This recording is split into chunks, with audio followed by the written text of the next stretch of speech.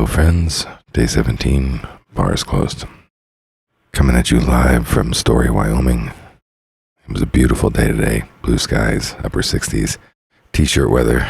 I was working to move a bunch of stuff out of my units here on the property.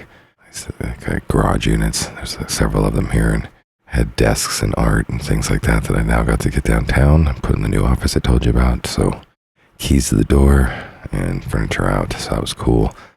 Came back tonight and put together a little fire downstairs and watched enough Amazon Prime for it to come up and ask me if I was still watching. One of my high points of sobriety is that, as I'm earning back all this time, I got this Cuisinart coffee maker because my other one somehow didn't make the move. And so as I pull it out and I'm all excited, that's like a good hour and a half that I can really make the most of my evening just soaking up this new coffee maker. And I found myself reading the entire manual. Now, in the past, there'd be no way. I'd probably booze it up a little bit, have a couple drinks, pull it out, plug it in. Hey, cool, run a pot. No filter, no running the clean through. But not this time. Nope, we pulled out the Cuisinart manual and we read the quick snapshot of the review version to make sure we got all the details, and then went chapter by chapter to, I would have never known how to maintain this thing in the future. And, the ultimate, I would never have ran water through it for the first time. It's just not my style, but this time, ran it through. It was good stuff. So sobriety, I read the manuals. But, one of the things that we talked about yesterday was kind of this concept of maturity and, rebelliousness, maturity. That's that duality.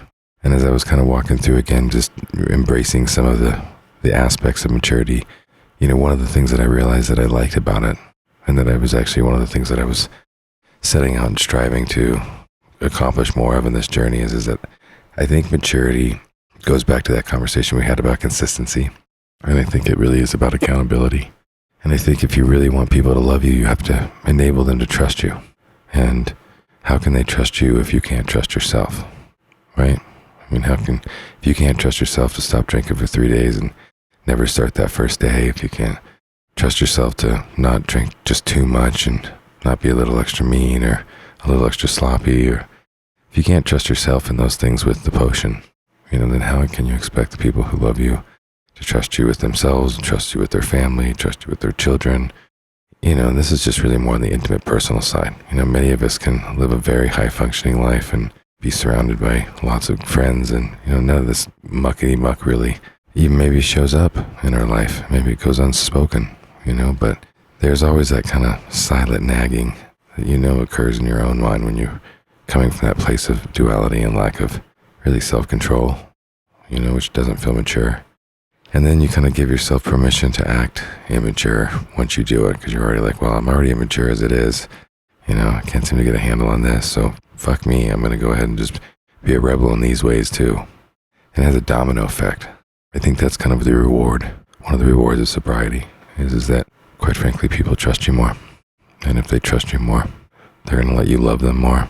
They're going to open up and feel safer with you. They're going to love you more.